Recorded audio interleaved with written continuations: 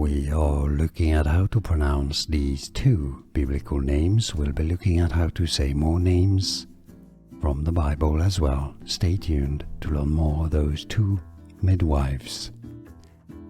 Shiphrah, Shiphrah, because in Hebrew it's said as Shiphrah, not Shiphrah, Shiphrah.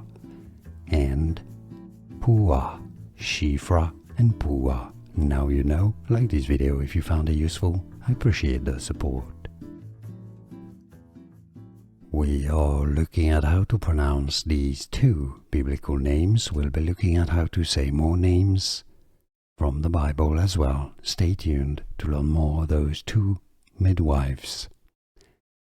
Shiphrah, Shiphrah, because in Hebrew it's said as Shiphrah, not Shiphrah, Shiphrah. And Puah, Shiphrah and Puah. Now you know. Like this video if you found it useful. I appreciate the support. Here are more videos on how to pronounce more confusing words and names too many mispronounced. Like this video if you found it useful. I appreciate your support. I'll see you soon and thanks for watching.